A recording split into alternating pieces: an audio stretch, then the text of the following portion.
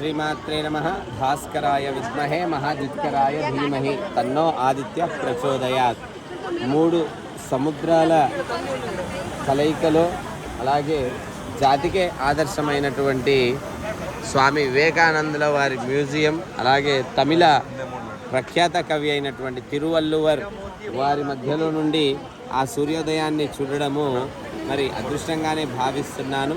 ఈ తీర ప్రాంతం నుండి ఆ కనిపించే రాయి వరకు వెళ్ళి స్వామి వివేకానందుల వారు ఈత కొట్టుకుంటూ 3 రోజులు ధ్యానం తపస్సు చేసి జ్ఞానాన్ని పొంది ఆ జ్ఞానాన్ని ఆ చికాగో మహాసభలో ఆ మన జాతి యొక్క ఖ్యాతిని నలువైపులా విస్తరించినటువంటి మహానుభావుని యొక్క మ్యూజియం దర్శించడము, అలాగే ఆ యొక్క విగ్రహాన్ని చూడడము, ఈ నదీ తీరంలో ఈ అలలు ఆదర్శంగా తీసుకోమన్నటువంటి ఆ వివేకానందుల వారి యొక్క బోధనలు సదా ఆచరణీయం.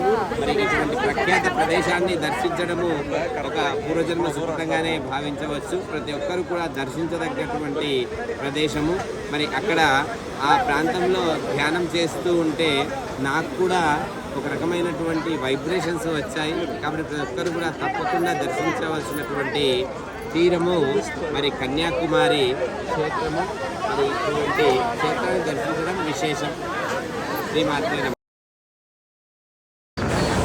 సూర్యాస్తమయ సమయంలో కన్యాకుమారిలో వ్యూ పాయింట్ నుండి